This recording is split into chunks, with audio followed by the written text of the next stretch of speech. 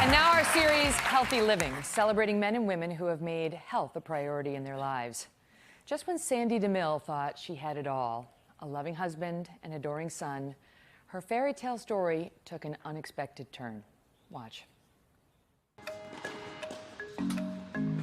This is what a non-smoker living with lung cancer looks like. My lifestyle prior to getting diagnosed was very active. We would travel with our son. I played tennis. We were always on the go. I felt like I was a healthy person. I worked out a lot. I ate reasonably well. I didn't smoke, so that made it all the more shocking. Sandy DeMille discovered her cancer by accident when she had lingering symptoms from an unrelated surgery. I was having trouble catching a really good breath, and I was coughing a lot. Sandy was in her 40s when a new chapter began, getting married and starting a family with acclaimed best-selling author Nelson DeMille. I was surprised to have met Nelson and to have it develop into what it did. It was completely unexpected, but so natural and so wonderful. There's a 20-year age difference. 21, but who's counting? But who's counting?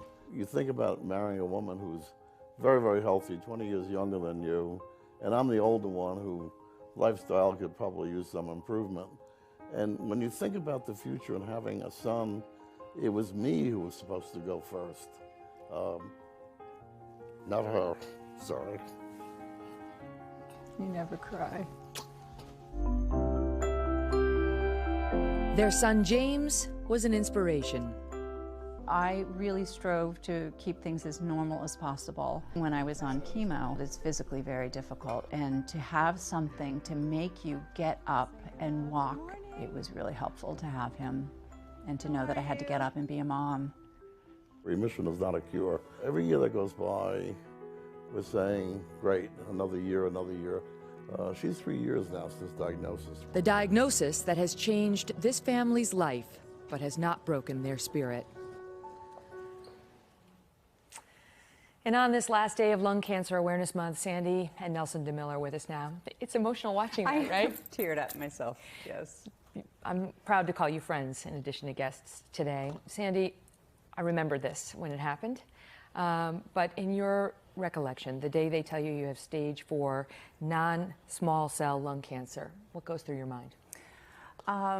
It's such a shock. It's such an unexpected thing, and what goes through your mind? I mean, it's crashed, you know, and I feel like it was such a state of shock that now I don't really remember, but I felt like I was going to be okay in a funny way. I really had a strong feeling I was going to be okay, but there was also a feeling of, you know, maybe I should return those shoes I just bought. I'm not going to be around. You know, you don't know what's going to happen if you're, you know, what your future holds. So it's just a lot of real worry. And, you know, Nelson, I heard you talk in the piece about thinking, I'll go first. You know, she's younger. Sure.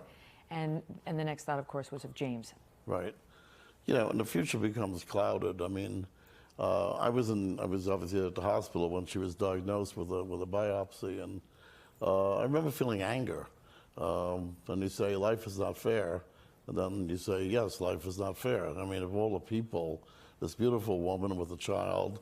Non-smoker. Non-smoker.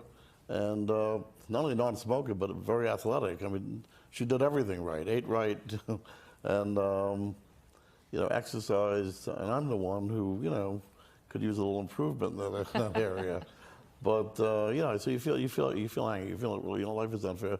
But it's also the future. This is what you really first. After the anger, you think of the future. Especially when you have a child, you need to think, what's going to happen now? And I know, Sandy, you decided not to tell James right away. He was 6. Right. Yes, 7. He was 7. just about to turn 8. But, and what changed? Because you did tell him. I did tell him. When I was diagnosed, of course, we really wanted to know. That was the main thing. We really wanted to know how to tell him, what we should tell him. And all the professionals said to tell him you have cancer, and be very open about it and make sure you use the word cancer. Well, that was the last thing we wanted to do. We were in such shock. And he, at 7, we just felt like he was too young, and we didn't want to put that on him. Nelson especially felt very strongly about not having him have to deal with that. So over time, though, he's older, 3 years later, and he's matured, and I think he had some exposure to other people who had had cancer. And one night, it just sort of happened. I had sort of made up my mind that I was going to tell him if he asked, if he said anything. We always said if he ever asked, we would tell him. But one night at the dinner table, Nelson was working, and he asked, "What is it that you have?" And I said, "It's cancer." And, he cried and came over, gave me a big hug, and, it was really hard. I know that Bruce Stillman Yes. of Cold Springs Harbor Labs out in Long Island, which is an amazing, amazing institution. If you haven't looked up anything about it, you should. He's here and he's your medical advisor. Cancer treatment. I mean, most people think lung cancer is a death sentence, and it hasn't been. She's in remission. She's living with lung cancer. The future of studying this kind of cancer and cancers, tell us. Yeah, there's a lot of excitement in cancer research now. There's new therapies, and since Sandy's been diagnosed, there's been 2 new therapies which she's had, which have made an enormous difference in people's lives. And this is because of research that's happening, and I think there needs to be a lot more of that research, because the problem with cancer is that it's such a very diverse disease. Even lung cancer is very many different types. Mm-hmm. But I think the developments are going on, but there's still a lot to go. Yeah. Well, you have been a profile in courage and love.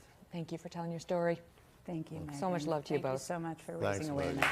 Hello, Today fans. Thanks for checking out our YouTube channel. Subscribe by clicking that button down there and click on any of the videos over here to watch the latest interviews, show highlights, and digital exclusives.